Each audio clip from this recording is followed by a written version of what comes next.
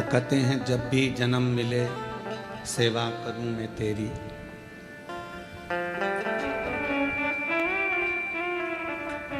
ऐसा करना बाबा कि शरण पड़ूं मैं तेरी। मानव का जीवन, मनुष्य का शरीर, मानव की देह है। एक तो मिलना कठिन और ऊपर से यदि मिल जाए तो शिव भक्ति करना बहुत कठिन है।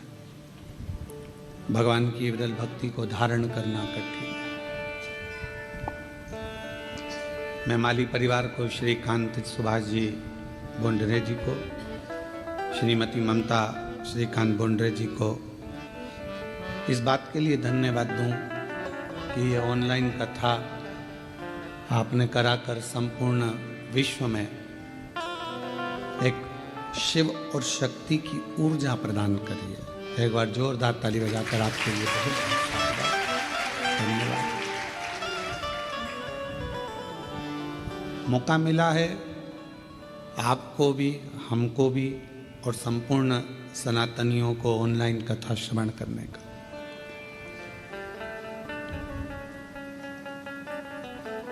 ना जाने कितने कितने जन्म हमारे ऐसे ही निकल गए और हम शिव भक्ति नहीं कर पाए। और आज भी कई लोग ऐसे हैं जो भटक रहे हैं। वो कहते हैं कि हम शिव का प्रसाद नहीं लेते। कोई कहता है हम वेंकटेश भगवान को मानते हैं, कोई कहता है हम दत्त को मानते हैं, कोई कहता है हम पांडुरंगा को मानते हैं, कोई कहता है हम श्री जी बाबा को मानते हैं, कोई कहता है हम गोवर्धन नाथ को, कोई कहे हम इनको, कोई कहे हम उनको, कोई कहे हम भवानी को। हम शिव की आराधना नहीं करते। इस केदार खंड के अंदर हो सकेगा तो आज हम उसका चैनल के माध्यम से उसको हमारा यूट्यूब चैनल पे हम उसको बताएंगे भी। स्कंद पुराण के कल्याण के 27वें नंबर पृष्ठ पर केदार खंड के अंतर्गत एक बात लिखी बड़ी सुंदर कि भगवान शंकर भगवान का शिवलिंग, भगवान विष्णु और भगवान 33 कोटि देवता, ये सब अलग कोई भी नहीं है, कोई अलग नहीं।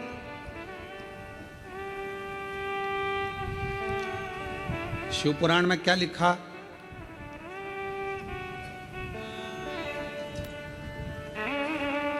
भगवान शंकर की शिव पुराण में लिखा है कि ये जो भाग है जहां शिवलिंग रखा है, ये जलाधारी, ये जो भाग है ये पार्वती जी का हस्त कमल, ये शिव पुराण, ठीक है। पर स्कंद पुराण का केदार खंड क्या कह रहा है कि ये जो जलाधारी है ये भगवान विष्णु का हस्त कमल है और ये जो शिवलिंग है ये भगवान शंकर का प्रतिबिंब स्वरूप शंभु स्वयं विराज। अब दोनों देखिएगा जरा। जो दुनिया के लोग कहते हैं कि हम नारायण वाले, हम शिव को नहीं मानते, कोई कहता है हम शंकर का भजन नहीं करते, उनको एक बार स्कंद पुराण पढ़ना चाहिए। वेद व्यास जी लिख रहे हैं स्कंद पुराण में कि जो ये जलाधारी है ये भगवान नारायण स्वयं है और ये जो शिवलिंग है वो शंकर भगवान स्वयं है। ये स्कंद पुराण कह रहा है। और इस शिव महापुराण में, स्कंद पुराण में जब हम अध्ययन करें, पढ़ें उसको, आज हम प्रयास करेंगे कि आप लोगों को वो चीज़ एक एक पढ़ने को मिले लाइन से कि क्या क्या चीज़ स्कंद पुराण के अंतर्गत लिखी है। पूरी जिंदगी हम केवल ब्रह्म में ही जिए, भटक रहे। हम लोगों को दुनिया के आज के ज़माने में सनातनियों को सनातन धर्म के माध्यम से तोड़ने का प्रयास पूर्व में भी किया गया था और आज भी किया जाता है। पहले भी देवताओं में हमें तोड़ दिया गया। इनने कहा हम राम वाले, उनने कहा हम कृष्ण वाले, उनने कहा हम शिव वाले, उनने कहा हम भवानी वाले, उनने कहा हम दत्त वाले, उन्होंने कहा हम ये वाले।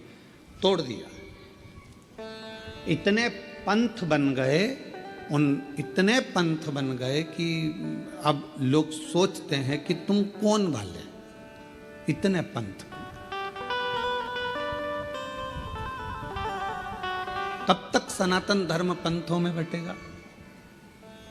फिर कोई आएगा, फिर वो नया पंथ बना जाएगा, फिर कोई आएगा, फिर वो नया पंथ बना जाएगा, और धीरे धीरे धीरे धीरे हम बढ़ते चले जाएंगे। और बढ़ते गए तो वो कहते हैं ना, उत्तर प्रदेश के माननीय मुख्यमंत्री जी योगी जी ने अपनी वाणी में कहा है, बटोगे तो कटोगे। उन्होंने अपनी भाषा में वही शब्द कहा कि हम अगर बट रहे हैं, हम अगर विभाजित हो रहे हैं, हम बट रहे हैं, तो फिर हमको तकलीफ हो। हम बटे ना,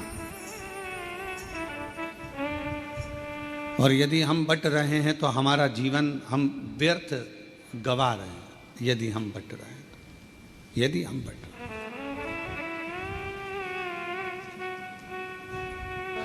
हम अपने जीवन को गंवा रहे हैं। यदि हम व्यर्थ बट रहे हैं तो। और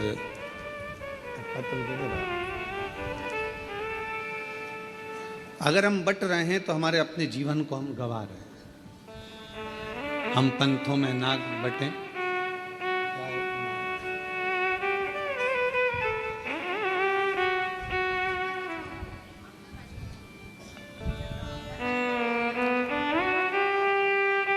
जलगांव के आमदार जी राजू मामा जी यहाँ पधारे हैं। मैं आमंत्रित करता हूँ, आप पधारें। व्यवस्थित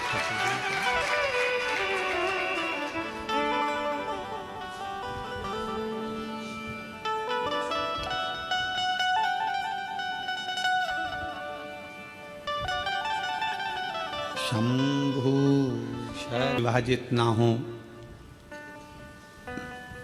जातियों में विभाजित ना हो। वेद व्यास जी ने जितनी जितनी पुराणों की रचना करी, उतनी सारी पुराणों में एक ही बात कही कि आप एकजुट रहे, एकजुट रहे। और आपकी एकजुटता यह आपके जीवन की सार्थकता। पर हमारे अंदर भ्रम उत्पन्न कर दिया। हमारे घर के लोगों ने कह दिया कि शिव जी पे चढ़ा जल नहीं पियो। कोई ने कह दिया कि शंकर जी पे चढ़ी बेलपत्र मत खाओ। कोई ने कहा कि गर्भस्थ हो गए तो शिव मंदिर मत जाओ। कोई ने कह दिया कि शिवालय मत जाओ। कोई ने कह दिया हम शिव का प्रसाद नहीं लेते। हमें बांट दिया, भगवान से दूर कर दिया। आप सबको मालूम हो, जिस समय पर हमारा भारत, हमारी भारत की धरोहर, हमारे सनातनी, हमारे क्रांतिकारी इस भारत की भूमि के जब सब एकजुट हो गए थे, तो विधर्मियों को ये लगने लगा था कि ये भारत अब टूटने वाला नहीं, अब ये टूटेगा नहीं। तब विधर्मियों ने भारत को तोड़ने के लिए भ्रम उत्पन्न करा कि शंकर के मंदिर नहीं जाना चाहिए, शिव जी पे जल नहीं चढ़ाना चाहिए, शिव जी का। तब लोगों ने भ्रम उत्पन्न करा सनातनियों को दूर करने का, सनातनियों को दूर ले जाने। पर शिव महापुराण की कथा ने ये सब मिटा दिया। शिव महापुराण की कथा ने केवल एक काम करा कि आप अपने घर के नज़दीक में जो शिवालय है, शंकर के मंदिर हैं, वहाँ जाओ, एक लोटा जल चढ़ाओ और अपने दुख को दूर भगाओ। अपना परिश्रम, अपनी मेहनत, अपना संघर्ष स्वयं। आप अपनी मेहनत स्वयं करिए, परिश्रम स्वयं करिए। शिव महापुराण की कथा ने कभी यह नहीं कहा कि आप अपने परिश्रम से दूर हो जाओ या अपनी तकलीफों को आपको नहीं झेलना है। आपको झेलना पड़ेगा, आपको परिश्रम करना पड़ेगा, मेहनत करना पड़ेगा। और आपकी मेहनत ही एक दिन आपको रंग लाएगी और उन्नति की सीढ़ी तक लेकर जाएगी। आज हम परिश्रम से वंचित हैं। जब हमारा बचपन रहता है तो हमको जो प्यार मिलता है, प्रेम मिलता है, वो फ्री में मिलता है। बोलो सही है कि गलत है? अरे जम के तो बोलो सही है। बचपन में प्यार खरीदना पड़ता है क्या? प्रेम खरीदना पड़ता है। बचपन में कोई भी छोटा सा बच्चा है, इधर बाजू में जाएगा, उधर बाजू में जाएगा, सब उससे प्रेम करेंगे, गले से लगाएंगे, हृदय से लगाएंगे, गोदी में लेंगे। प्रेम प्यार बचपन में फ्री में मिलता है। जवानी में प्यार प्रेम फ्री में नहीं मिलता, कमाना पड़ता। धन बढ़ाओगे तब प्रेम बढ़ेगा, वैभव बढ़ाओगे तो लोग पूछेंगे, संभालेंगे, ध्यान देंगे।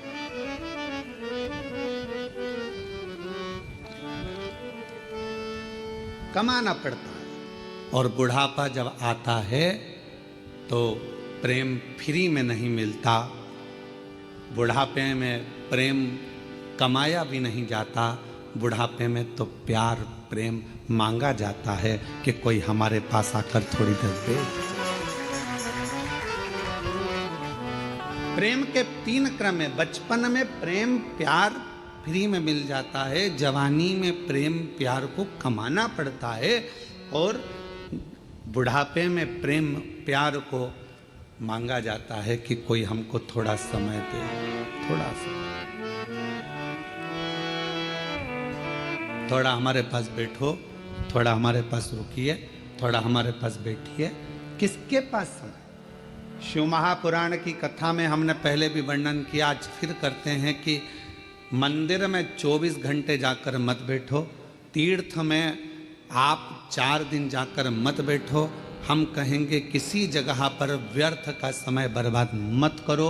हम कहेंगे आप अगर थोड़ा सा समय आपको मिल जाए, आप पूजन भी नहीं कर रहे हो, पाठ भी नहीं कर रहे हो, अर्चना भी नहीं कर रहे हो, आप चाकरी सेवा भी नहीं कर रहे हो, तो इतना जरूर करो कि अपने घर में जो बुजुर्ग हैं उनके पास थोड़ी सी देर जाकर बैठ जाओ, तो आपकी पूजन का फल आपको मिलेगा, आपकी आराधना साधना का फल आपको मिलने लगे।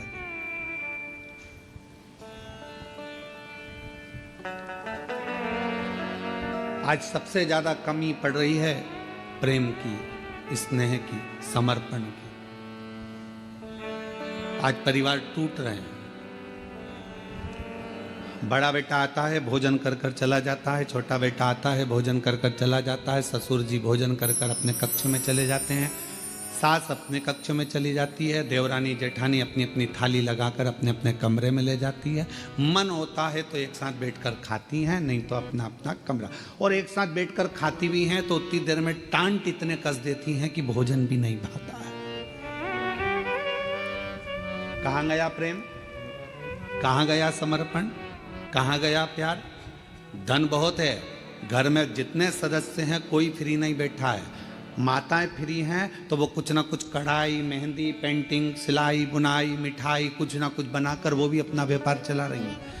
पुरुष हैं तो वो भी कमा रहे हैं, कोई ऑनलाइन कमा रहा है, कोई कुछ कमा रहा है। हर व्यक्ति अपना अपना काम कर रहा है, कमाने में लगा है, संपदा बढ़ाने में लगा है। संपदा तो बढ़ रही है, कमाई तो बढ़ रही है, पैसा तो बढ़ रहा है, पर एक चीज घट रही है, वो घर का प्रेम, घर का प्यार, घर की वात्सल्यता, घर की करुणा और घर की एकजुटता वो घटती चली जा रही है। वो प्रेम घट रहा है, वो वात्सल्यता घट रही है, वो स्नेह घट रहा। और शिव जी के परिवार में ये सब चीज बड़ा। शंकर भगवान के परिवार में ये कुछ भी नहीं था, ना वैभव था, ना धन था, ना दौलत था, ना गाड़ी थी, ना बंगला था, ना सत्ता थी, ना कोई सोना चांदी हीरा पन्ना था।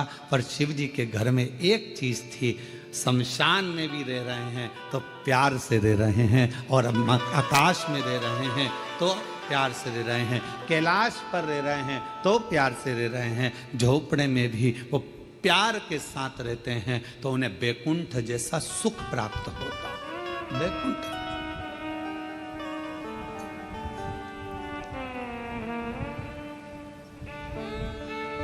आप सबको कभी विष्णु पुराण किसी ने पढ़ी आप में से? जितने लोग आस्था चैनल पर श्रवण कर रहे हैं उनसे निवेदन करेंगे गीता प्रेस गोरखपुर की विष्णु पुराण को लेकर आओ और उसको पढ़ो। विष्णु पुराण में लिखा है कि लक्ष्मी जी से पूछा गया, एक दिन माता ख्याति ने लक्ष्मी जी को अपने घर भोजन करने बुलाया।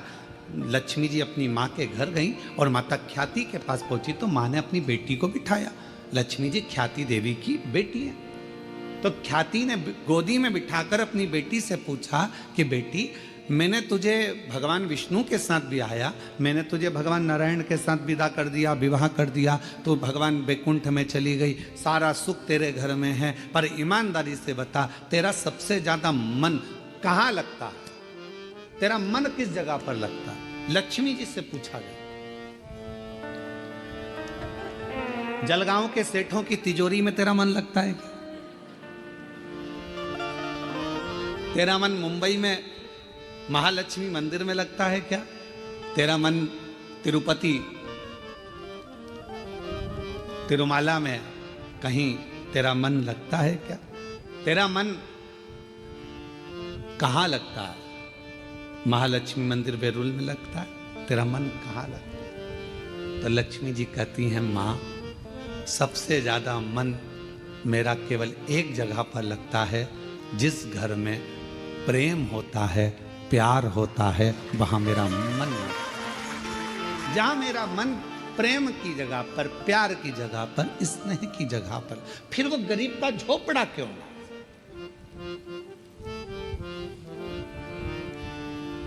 दुनिया की सबसे महंगी चीज क्या है?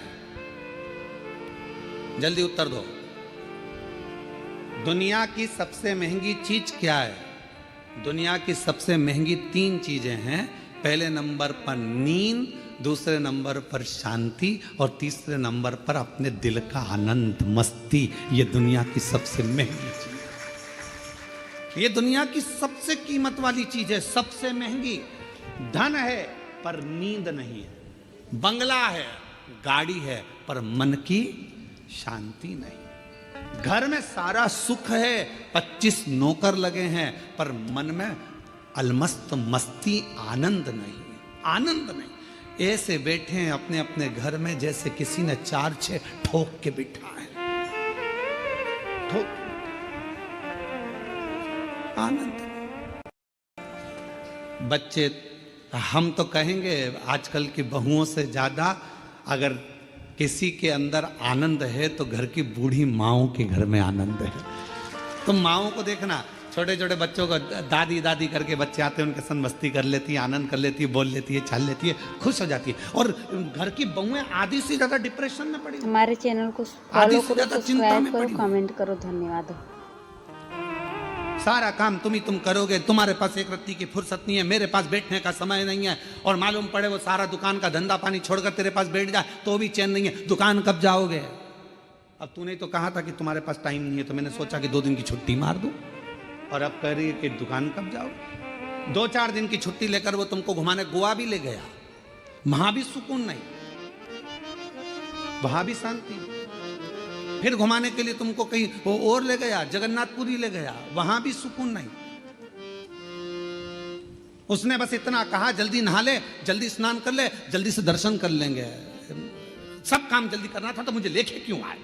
वहां भी तबेले जैसा मुंह हो गया। भगवान, कहां सुकून, कहां शांति, कहां प्रेम?